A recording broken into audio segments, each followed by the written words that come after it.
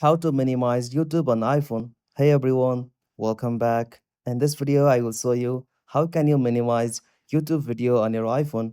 So let's get started. First, as you have to open YouTube app on your iPhone. After you open YouTube, from there you'll have to open any video. After that, if you are in the free version, simply swipe down from here and the video will be pop up like a smile at the bottom right as this is a free version. But if you are meaning to the feature picture in picture mode, you can as well as use that option for premium version.